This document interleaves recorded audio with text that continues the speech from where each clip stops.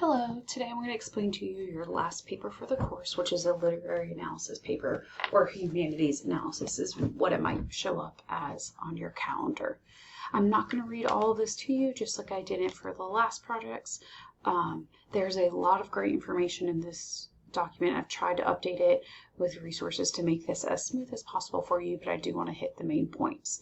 This is going to be a 2.5 to 4 page double-spaced paper.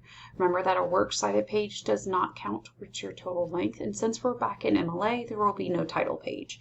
But 2.5 double-spaced is very easy to reach if you're using lots of evidence and providing an analysis for me. I give you kind of an overview of what we're doing, and then I break down how you can get started. We are focusing on A Rose for Emily, which you have in Blackboard. And then we're going to connect that to modernism and Southern Gothic element.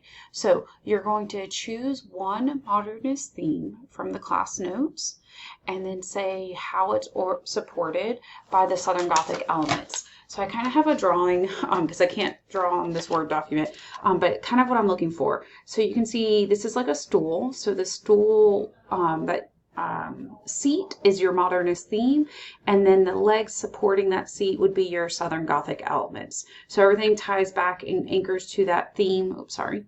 But the actual support is coming from your Southern Gothic elements. There's some terms to understand to try to help make this literary analysis easier for you. And I kind of explain how to approach this in terms of appropriate voice for your audience in the humanities. I also break it down into what to expect for each introduction, the introduction paragraph, each body paragraph, and your conclusion paragraph. And you can see I've given some questions to kind of guide that. So what? Why does it matter? The criteria for evaluation is also bulleted pointed for you. But what I think might be really helpful is that I give you a sample body paragraph, even though you have a whole sample essay in Blackboard. This specifically shows you the body paragraph, and then I've also created kind of a template for you. Please know that it should be written in paragraph form, not just like each individual sentence, but it's just broken down there for you to see, maybe to help you. You don't have to use this template, but if you're feeling really lost and not sure how to begin, this can be very helpful for you. As always, you also have a nice rubric that you can use as a checklist as you're writing. 10 of your points will be related to just MLA general format. As always, you can lose points if you don't meet the paper length. I tell you what I'm looking for in the introduction. And your body paragraph, which is weighted the heaviest at 30%, I try to make it clear, what I'm looking for there. 15 points to your conclusion, and then 25 points overall for your grammar and mechanics. Your in-text citations kind of fall up under that as well, and the works cited.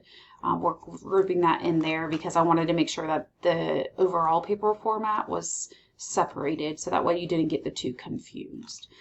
So please feel free to use this as a checklist. Really focus in on this body section where each paragraph centering on one clear reason or idea, so one Southern Gothic element, that you have, try to have at least 2 quotes or paraphrases to support your argument, because just one example isn't always enough.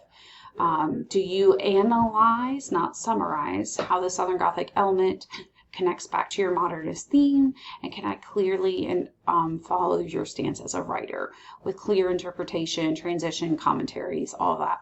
Really want you to focus on that analysis aspect because this should be an analysis, not a summary.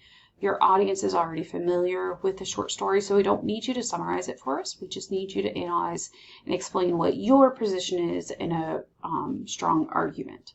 If you have questions, let me know.